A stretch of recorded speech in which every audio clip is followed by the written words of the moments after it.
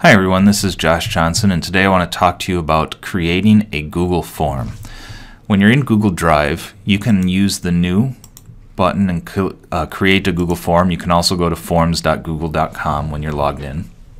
And you're going to be presented with a screen that looks like this, where you can name your form and then add a number of different types of questions.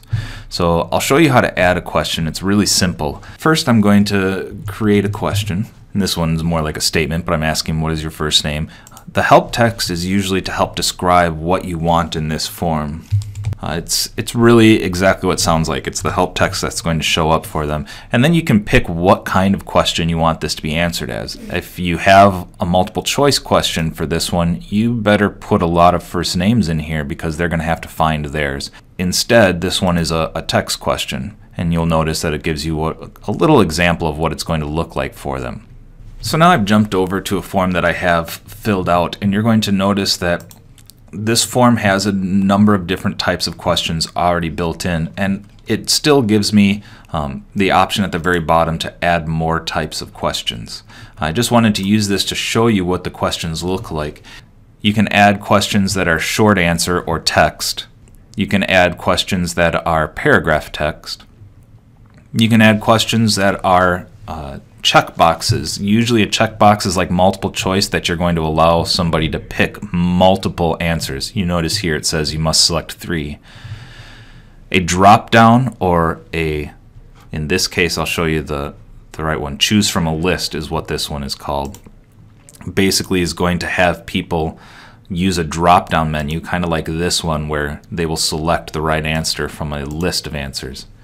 Here's what a scale looks like, and you can set up a scale by defining how many numbers do you want on here. I always recommend an odd number, I always recommend an even number, so they have to lean one way or the other. And you can define what's the highest and lowest, so from 0 to 5 or 0 to 10. There is a grid, and a grid I always like to think of as a place where you can either do multiple Likert scales. You could think of having a bunch of questions where you rate them 1 to 4. But really, here's an example of what a grid looks like, but they can pick from any 3 of those answers. This is what entering a date or a time is going to look like. And basically, when you do one of these questions, you're going to tell them whether or not they need to include the year or time. So this is a date question. When you're working with these things, and I'll show you what it looks like by viewing the live form, you're going to notice that questions are done on a page basis. So here's the first page. At the bottom, there's a continue button to take me to the next page. But notice this question, and I'll show you this in a second, says you must select 3 answers. So if you have conditions or you have questions that are required, they are going to have to answer those or meet the conditions before they can go to the next page. Your questions can include things like videos. You can post a video in here and then have questions following it. And then when they are finished, they will click submit. So I'm going to jump back. You'll notice that now I'm in the sample form. I'm going to jump back over here to my actual form and show you how to add a page break. So if you got to a section and you said, like, I want to add a page break in here, you can, and I'm going to use the drop-down menu, you can select from the questions or these ones in layout. These are just things that you're adding to the page. So I'll just add a page break in here, call it page 2, for example, and then as I can with any question, I can just drag this page break to where I want it to be. And now you'll notice that I'll only have the questions going down to the paragraph question on that first page. So I'll view the live form. Goes down to the paragraph question. I can continue to the next page. Remember, this one had this thing that says you must select 3. And I'll edit this one. You're going to notice that there is advanced settings.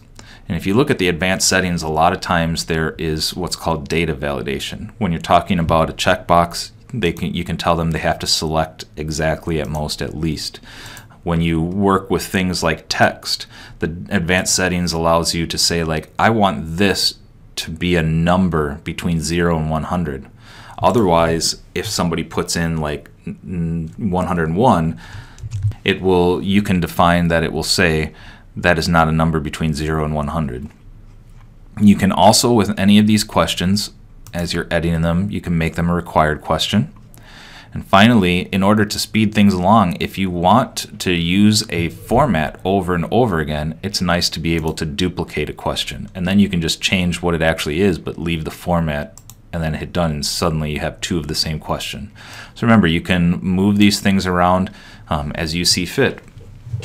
Now, once you have finished writing and creating your form, you need to be able to share it with people. With a form, you normally are going to want to send it. I recommend most of the time that people take the link and send it to the email addresses of whoever you want to fill it out. You could also take this link and paste it on a web page or form, and people could click on it and fill out the form. You could also embed the form if you have a website that allows you to paste HTML, and you can change some of the options there. Now, when you post it, it's important to remember a few things about this. First of all, if you check this box that says allow only one response per person, it's going to require whoever is filling out the form to have a Google account. I usually don't use that unless it is something that I am giving to students that I know have a Google account, or someone sharing it only with people privately. And that can cause a problem if you want a public form that you need people to only fill out once. You would have to check this box, but then they would be required to either sign in or sign up with a Google account. A few other things that are important to note at the very bottom of the form: if it is something that you're going to fill out multiple times, at the end you can have it show a link to submit other responses. You can also allow people to go back and edit their responses, or you can not, and you can publish a link to show the form results, and that's up to you. After you've had some people fill out this form by sending it or posting it, you're going to notice up here that your responses, it's going to say responses 11. Now, you can click on this and look at a summary of the responses. And sometimes this is very helpful, sometimes it's not good. It depends on the question and the data that you're collecting. But these are all pre-formatted. You can't really do anything with these. Otherwise, when you are making this form, usually when you send it, it's going to ask you to decide what the destination of the responses is. And what that means is you're typically going to have it create a new spreadsheet in your Google account. And in that spreadsheet, it's going to collect all of them. And I'll show you by clicking View Responses. Here is what the data looks like. Now, I had gone through and done some other things with this, but you're going to notice the data is always time-stamped, which is nice. And then it will basically show you the actual text. When person put in for long answers, this is what they typed. And it just goes on and on. A lot of times people are going to need data that is numbers if they're going to truly want to graph some of these things, but this is just a sheet that has the data. I often recommend clicking the duplicate button to make a copy of that sheet, and then they can do whatever they want to this data without ruining the data that they've collected. So at this point, you're going to need to know a little bit more about Excel or Google Sheets and how to manage all of this. So that is how you use Google Forms, how you create them, and how you share them. Thanks for watching.